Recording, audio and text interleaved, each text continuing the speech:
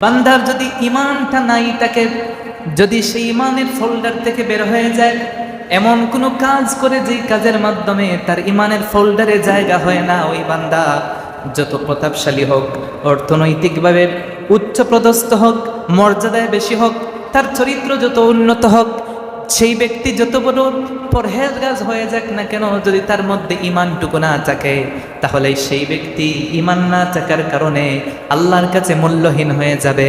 কিয়ামতের ময়দানে আল্লাহ রাব্বুল আলামিন তার জন্য ঠিকানা জাহান্নাম নিযুক্ত করবেন, বলেন নাউজুবিল্লাহ।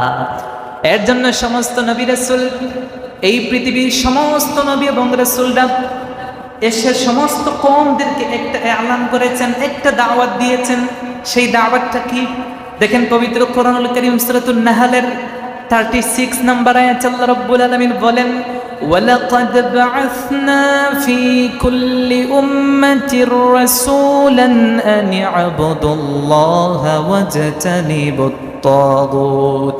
আল্লাহ রাব্বুল আলামিন বলেছেন, যে সমস্ত নবী রাসূল তোমাদের মধ্যে পাঠিয়েছি, সমস্ত নবী রাসূল তোমাদের মধ্যে গিয়েছেন, গিয়ে বলেছেন আনি আবুদুল্লাহ, একটা মাত্র দাওয়াত দিয়েছেন, ইবাদত করবে আল্লাহর, ওয়াজতানিবুত তাগুত, তাগুতকে বর্জন করবে, শয়তানের পদাঙ্ক অনুসরণ করবে না।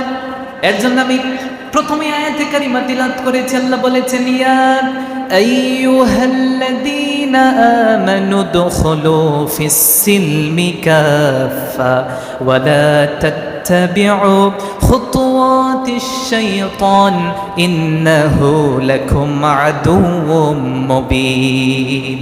আল্লাহ রাব্বুল আলামিন মুমিনদেরকে ডাক দিচ্ছেন, ও আমার মুমিন বান্দারা শোনো, কান পেতে শোনো, উদখুলু, তোমরা প্রবেশ করো ইসলামের মধ্যে, কাফান আই কামিলান, পরিপূর্ণভাবে ইসলামের মধ্যে দাখিল হয়ে যাও, ইসলামের মধ্যে পরিপূর্ণভাবে তোমরা প্রবেশ করো। ওয়ালা তাত্তাবিউ খুতুওয়াতিশ শাইতান, শয়তানের পদাঙ্ক অনুসরণ করো না।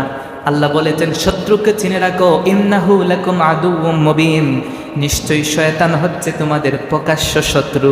আল্লাহ শত্রুতি নিয়েছেন শয়তান, সেই শয়তানের পদাঙ্ক অনুসরণ করতে আল্লাহ নিষেধ করেছেন। সমস্ত নবীরা দাওয়াত দিয়েছেন আনি আবুদুল্লাহ ওয়াজতানিবুত তাগুত, আল্লাহর ইবাদত করবে, তাগুতকে বর্জন করবে। তারপর আল্লাহ বলছেন, ফামিনহুম মান হাদাল্লাহু ওয়া মিনহুম মান হাক্কাত আলাইহিদ দালালা। আল্লাহ বলছেন, ফামিনহুম মান হাদাল্লাহ, আর যেই ব্যক্তি আপনার তথা নবী রাসূলদেরকে দাওয়াত নিয়ে এসেছে, সেই দাওয়াতটা গ্রহণ করবে, তথা আল্লাহকে মানবে, আল্লাহ বলছেন তাকে হেদায়েত দেওয়া হবে। আর যেই বান্দা এই দাওয়াতটা কবুল করবে না, আল্লাহ বলছেন সেই ব্যক্তিটা হাক্কাত আলাইহিদ দালালাহ, সে পথভ্রষ্টতায় নিমজ্জিত হয়ে যাবে। অতএব এই পৃথিবীর মধ্যে সবচেয়ে দামি, সবচেয়ে রেসপেক্টেড মানুষ হচ্ছে ওই ব্যক্তি, যেই ব্যক্তি ঈমান নিতে পেরেছে, এই ঈমান নিয়ে মৃত্যুবরণ করতে পেরেছে, এই ঈমান অবস্থায় কিয়ামতের ময়দানে উঠবে।